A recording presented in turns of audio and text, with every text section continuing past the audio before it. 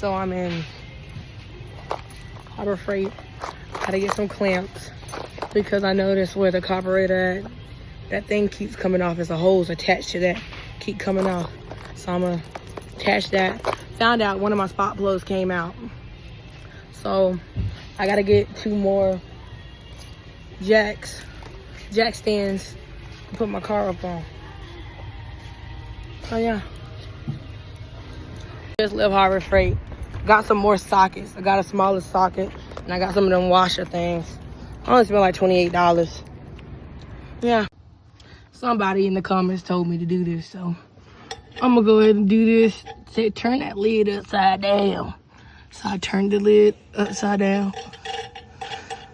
I got a new filter I gotta put on there anyway. Okay, so my friend Adria dad came over, crunked the car up, found out, boom, spark plug. It came out, it's right here. Plus, this was shaking and it's like connected to something. I don't know what it's connected to, but I'm gonna tighten that down too.